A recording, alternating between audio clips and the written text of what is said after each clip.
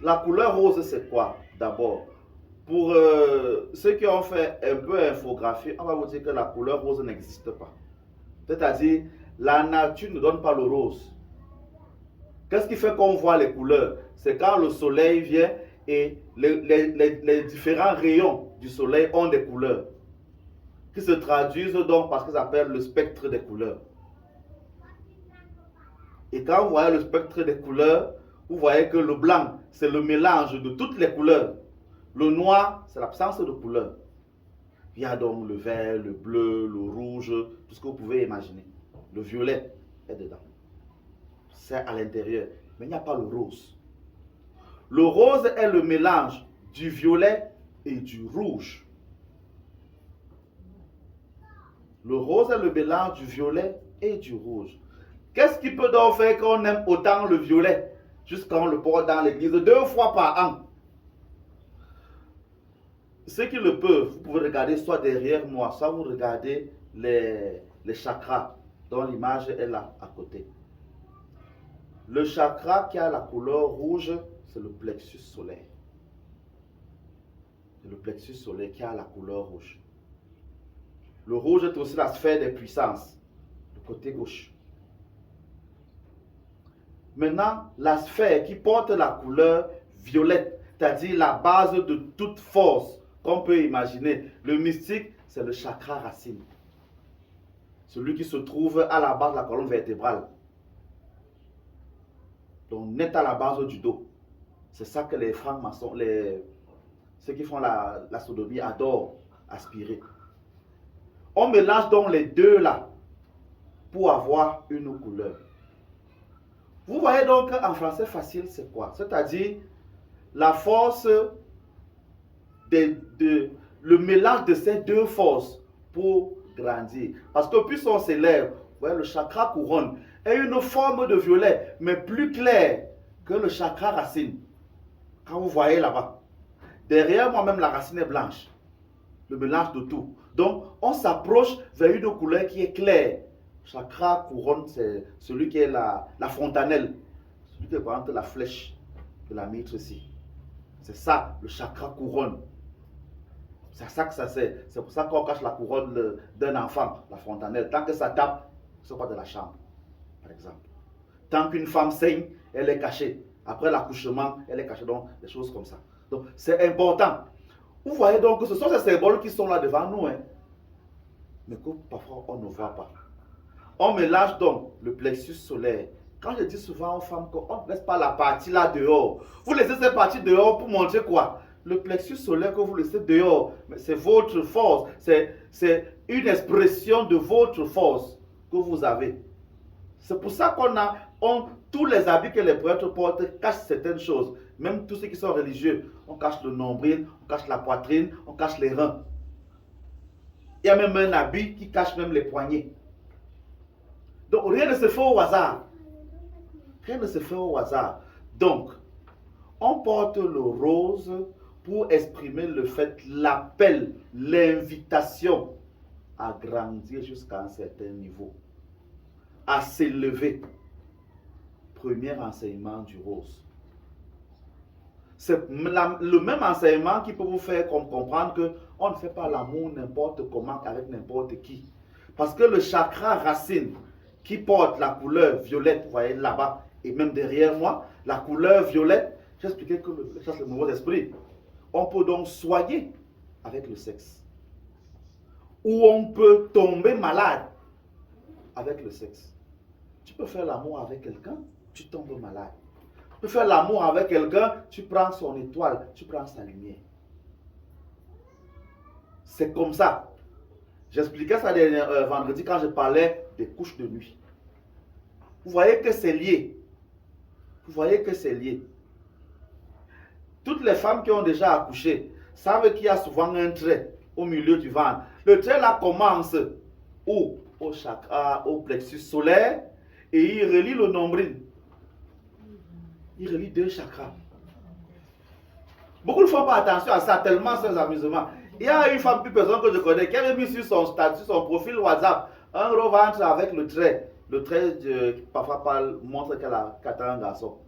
Donc, les choses qu'on n'est pas censé montrer. C'est ça que maintenant les gens exposent tout le temps. C'est maintenant la mode, même les stars exposent leurs jolies ventres. Il faut montrer les abdos, il faut montrer ceci. C'est ça, ouais, que c'est important. Donc, on est dans cette approche. Première chose donc, c'est ça. On vous dit aussi que la couleur rose, c'est la couleur parfaite de la féminité. Donc, de la femme. Donc, du talent que tu portes, de la lumière que tu portes, de l'étoile que tu portes. Nous, on sait que la féminité, que le Dieu, la déesse lune, la déesse mère, qui est représentée par la lune, la terre et l'eau, porte le pouvoir que nous avons. C'est ça qu'on sait. On sait que ces gens-là portent le pouvoir que nous avons. C'est pour ça qu'on a si peur des esprits de l'eau. Parce qu'ils ont le pouvoir, les charismes que nous cherchons beaucoup. Les catholiques ont mis donc derrière ça une déesse qu'ils appellent Marie. Tous les mois où il pleut beaucoup, c'est-à-dire où on va au champ, où la nature donne la vie, où il y a beaucoup d'eau, mais ce sont les mois de Marie. Là, beaucoup de pleine lune, on a fixé des fêtes de Marie, comme le 8 décembre qui vient de passer.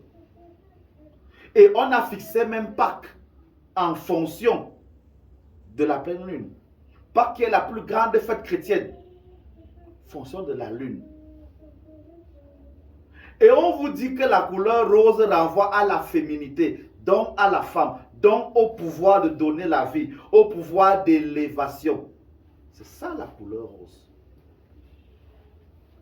C'est pour ça que, avant que le monde devienne ce qu'il est aujourd'hui, les femmes seulement s'habillaient en rose. Mais allez, on va même pas loin. Les mamans, quand elles font les layettes, quand elles paient les choses pour un garçon, elles paient le bleu, n'est-ce pas?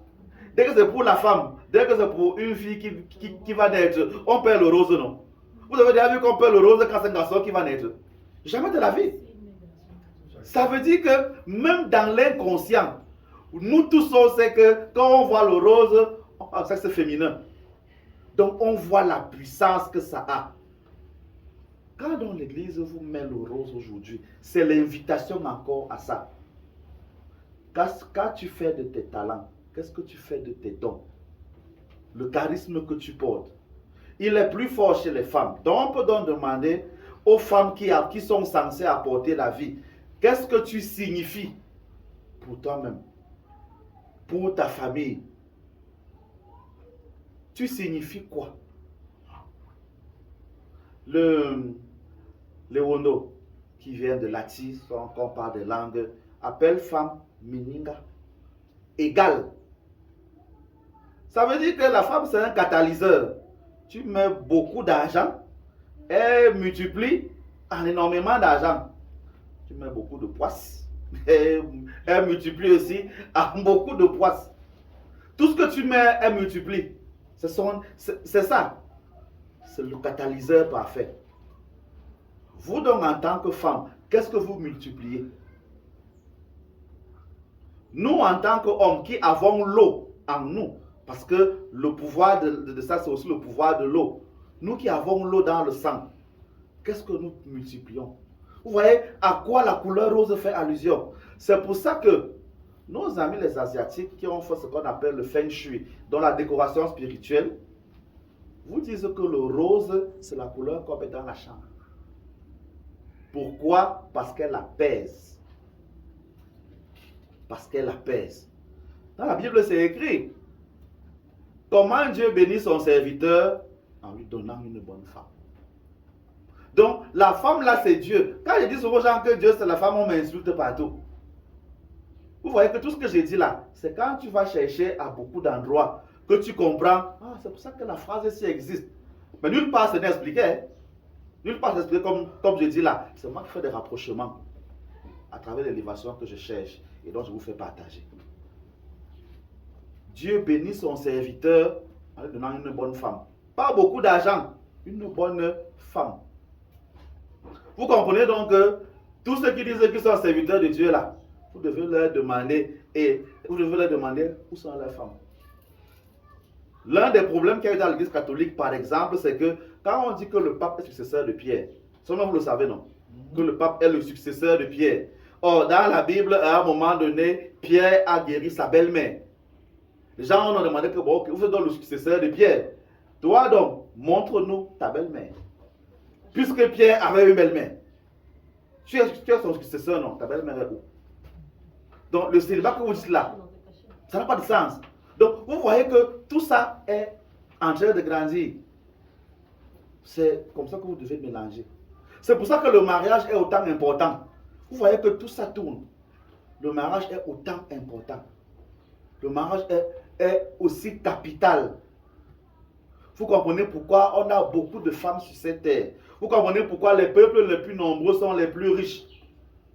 Vous pouvez être plus que les Chinois. Comment? Jusqu'aujourd'hui, ils donnent la location, le congé parental aux hommes. C'est-à-dire que tu fais un enfant, la femme pas en congé, l'homme pas aussi en congé. Et à ton troisième enfant, on te paye. Parce qu'ils ont compris à un moment donné qu'avec un enfant, ils ne vont pas s'en sortir. Maintenant, quand tu as deux enfants, tu as déjà droit au congé, toi l'homme. Maintenant, le couple, on vous paye au troisième. Du troisième en montant, on vous paye. Il faut qu'on s'amène, il faut cesser au pays. Ce sera grave. Ce sera le feu. Vous imaginez un peu. Vous voyez donc pourquoi l'histoire qu'on vous dit, planning familial là, n'accouchez pas beaucoup. Vous voyez comment ce sont des fakes. Les pays les plus riches sont les plus nombreux. Le Nigeria, qui est notre voisin, on ne peut pas faire la guerre avec lui. Son armée, c'est d'abord tout votre pays. L'armée du Nigeria a presque 30 millions de personnes. C'est tout votre pays. Si votre pays, c'est 30 millions de personnes, votre armée, c'est à peine 5 millions, mais ils vous mangent tous. Le nombre est un facteur de richesse. Le nombre est un facteur de richesse. C'est important. C'est pour ça que dans la tradition africaine, les hommes avaient beaucoup de femmes pour avoir beaucoup d'enfants. Parce que quand tu as beaucoup d'enfants, tu peux cultiver beaucoup de champs. Tu peux donc produire beaucoup de nourriture. Tu peux donc être riche. Vous voyez comment les choses ont été pensées. Et la couleur du rose vous rappelle ça. Vous rappelle ce genre de valeur. C'est important. Dernière chose que maintenant on ne vous dira jamais non plus, ce sont les deux. Vous savez que, peut-être que vous ne le savez pas, bon, ceux qui n'ont pas beaucoup lu, vous savez que quand Constantin a créé l'Église catholique, il a simplement rassemblé toutes les manières d'appeler Dieu de son époque et de son pouvoir. L'Empire romain balayait toute l'Europe, un peu l'Afrique du Nord et une bonne partie de l'Asie. Bon, comme c'était compliqué à atteindre, il ne gérait pas ça trop. Mais tout son territoire était là. Toutes les manières d'appeler Dieu là, il a appelé tous les gens là, sur une même table. À l'intérieur donc, il y avait ce que vous connaissez aujourd'hui sous le nom de Rose-Croix, de francs-maçons. Tous étaient à l'intérieur. Je parlais de francs-maçons à Pâques, c'est là où ils travaillent beaucoup, si vous voulez. Mais Rose-Croix, il y a un homme qu'on appelle le docteur angélique, Saint Thomas d'Aquin. Il a sorti une phrase, et c'est là où le nom là est parti. Mais on ne vous dira jamais ça, parce que l'Église ne veut pas que c'est eux qui ont créé ça. Pourtant, je ne veux pas avoir mon enfant. Le jour qu'il fait une bêtise, je ne veux pas qu'on dise qu'il est mon enfant. C'est un peu le problème. Quand on le torturait, parce qu'il était gros, il mangeait beaucoup, c'était un gargantua. Il mangeait trop. Il a donc pris le poids au point qu'il avait un énorme ventre. N'est-ce pas? Les gens aimaient donc se moquer de lui à cause de ça. Il y a deux phrases qui sont importantes dans sa vie. La première, c'est que un de ses maîtres a dit, vous vous moquez de lui aujourd'hui, mais le jour où il parlera, la terre entière l'écoutera. Première phrase de sa vie. Deuxième chose, maintenant quand on le torture lui-même, par exemple, c'est lui qui a composé Tantum ergo sacramentum, si vous voulez, entre autres. Maintenant, un jour on le torturait et il a dit, pourquoi vous voulez absolument mettre la rose sur la croix? Votre rose sur la croix. Je suis votre meilleur élément. je vous fais connaître dans le monde entier. Pourquoi vous voulez me crucifier? Je vous ai fait quoi? Est-ce que vous voyez le symbolisme de la rose, la puissance que ça peut avoir? C'est pour ça qu'on porte dans le rose. Ces groupes-là donc travaillaient en ces veilles de grandes fêtes. C'est là où ils faisaient sortir leurs membres. Donc les associations qui portaient tous ces dons-là à l'époque, avant ce n'était pas un problème. Hein. Bon, même actuellement c'est un problème. Être franc-maçon en Europe, ce n'est pas un souci. Hein. C'est normal. Oui, pas, ils ne s'en cachent pas. C'est vous qui vous en cachez. Ils vont vous dire, bon, peut-être maintenant, autant les francs-maçons ils disaient qu'ils sont philosophes. Donc vous causez avec quelqu'un sur les réseaux sociaux, vous dites, je suis philosophe. C'est ce que ça veut dire. C'était comme ça pendant un bon bout de temps. Aujourd'hui, on dit qu'il est un chercheur, un libre penseur. Car il pense quoi? Sérieux, vous voyez un peu. Donc, pour eux, c'est normal. C'était pas un problème. C'est donc aujourd'hui que leurs membres sortaient. Après avoir fait leur initiation, on les libérait. C'est donc allé comme ça. Comme c'est donc leur chose, ils avaient le pouvoir, ils ont donc imposé à l'église leur couleur. D'où la couleur rose. Celle de la perfection, celle de l'élévation, celle de la puissance, de la pureté parfaite. C'est ça. Donc c'est tout ça le rose. C'est tout ça le rose. C'est pour ça qu'on dit que c'est la couleur de l'amour, parce que l'amour est, et Freud nous l'a montré, le sentiment le plus fort. Le sentiment le plus fort. Tape ton enfant comme il veut, tant que lui dit qu'il aime la fille. Monte, tu descends. Il va seulement partir chez la fille là. Si en plus, elle lui a dit qu'elle aussi elle aime, il t'en fout. Parce que la fille dit qu'elle ne l'aime pas, il peut se suicider. C'est clair. Les femmes aujourd'hui, quand une femme tombe enceinte chez ses parents, ce qui est important pour elle, c'est ce que le père de l'enfant dit. Le père de l'enfant dit, j'assume mon enfant. Papa tapo, maman tapo, c'est pour vous là-bas. Le père a accepté que c'est son enfant. Qui est même le père? Il a dit de ne pas dire.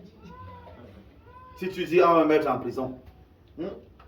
Le gars donc qu'elle déteste, qui est son pire ennemi, papa, c'est lui qui m'a fait l'enfant. On parle taper le gars, on tape le moutou, on le met en prison. Papa, ce n'est pas moi. Elle dit, c'est toi. Tu m'as violé. En plus, tu as violé ma fille. C'est ça. Pourtant, le bon gars est assis là-bas. Il boit du lait en paix. Il est là en paix. C'est comme ça. Freud nous a donc dit que l'amour est le sentiment le plus puissant. Donc les catholiques n'ont pas créé. Quand ils disent donc que le sentiment le plus puissant, ça ne peut être que Dieu.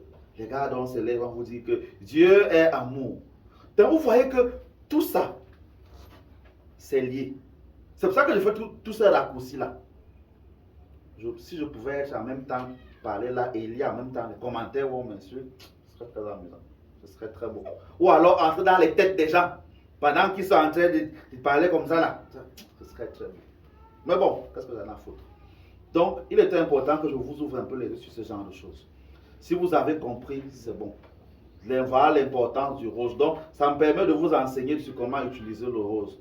Donc, quand vous cherchez des couleurs pour vos chambres, des couleurs apaisantes, pour vous calmer, pour vous consoler. Bon, sur le plan négatif, le rose, c'est la couleur de l'immaturité. L'immaturité, comment on dit, ceux qui sont volages un peu, c'est-à-dire un peu comme ceux qui n'arrivent pas à se contrôler. C'est pour ça que le 14 février, c'est ce qu'on met souvent. Parce que c'est la fête à l'époque de ceux qui voulaient tomber enceintes. Donc les femmes se voilaient et tout le monde montait sur elles. Elles ne savaient pas qui l'a enfanté parce qu'il faut chercher l'enfant. Oui. Et puis c'était ça, bon j'en parlais en février, mais c'était ça le rituel. On appelle ça les lupercales. Comme c'était la fin d'année, les femmes qui n'avaient pas accouché, elles avaient un habillement qu'elles mettaient très très très léger. Et elles se cachaient la face. Les hommes aussi se voilaient à ce moment. Donc c'était une fête comme ça là. Donc c'est que vous pistachez n'importe comment là-bas dedans.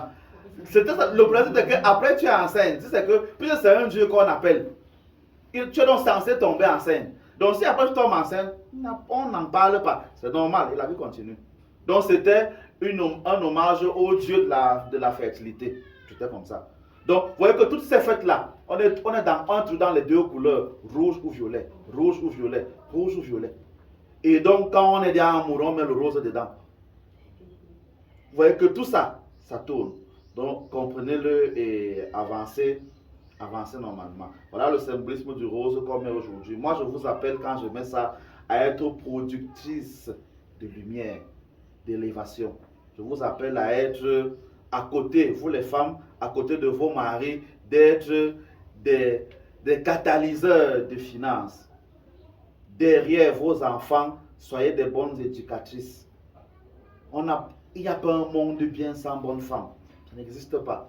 On a besoin de savoir éduquer. On en a besoin. L'homme peut être tout fort qu'il est, mais à un certain moment, gars, il faut que c'est elle qui fasse.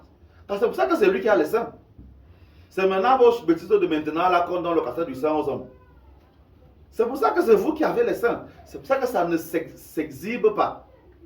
Même si l'homme est gros, comment que sa poitrine tombe comme ça, il n'y a pas au lait dedans. Mais une femme qui a même tout petit de sein sur elle, dès qu'elle tombe enceinte, il y a le lait dedans. Il y a même des gens qui disent que quand une femme a peu de sein, c'est là où elle a beaucoup de lait. C'est pour ça que Dieu vous a donné ça. Donc vous portez la vie.